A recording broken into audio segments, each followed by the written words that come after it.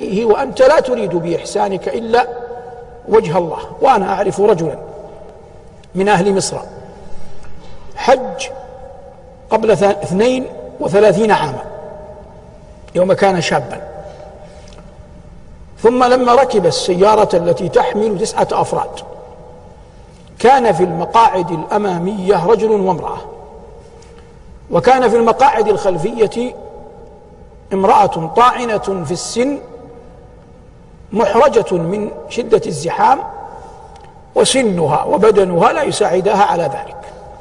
فذهب هذا صاحبنا أو نتكلم عنه يعني إلى الرجل الذي في الأول، وأخذ يقنعه أن يعود حتى تتقدم هذه المرأة المسنة، فأبى فما زال معه، فأبى فما زال معه فقبل. فرجع الزوج الذي كان مع زوجته تأخر، وتقدمت هذه المرأة المسنة لما شعرت بالراحة واستطاعت أن تطلق قدميها قالت له بلهجتها، لكن هذا مجلس علم لا يتكلم فيه بغير الفصحى، قالت له ما معناه باللغة: لا حرمك الله من الحج كل عام.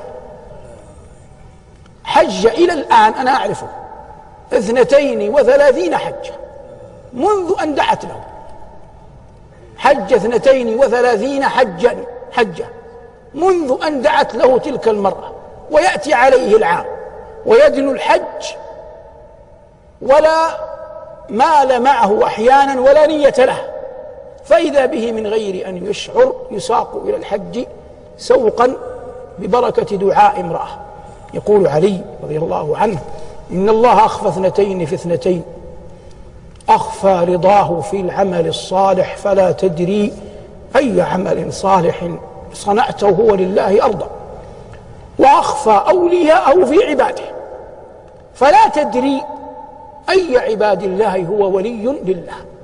فأنت أيها المبارك اصنع المعروف وأرد به وجه الله، فلعلك تصنعه في رجل لا يعرفه الناس، وهذا أولى، وله عند الله دعوة مستجابة، فيدعو لك فيكتب لك التوفيق، وأنت لا تدري من أين جاءك ذلكم التوفيق، لكن الله رحمك فيسر لك سببا تصل به إلى مقصودك. بلغنا الله وإياكم آمالنا فيما يحب. صلى الله على محمد وآله، والحمد لله رب العالمين.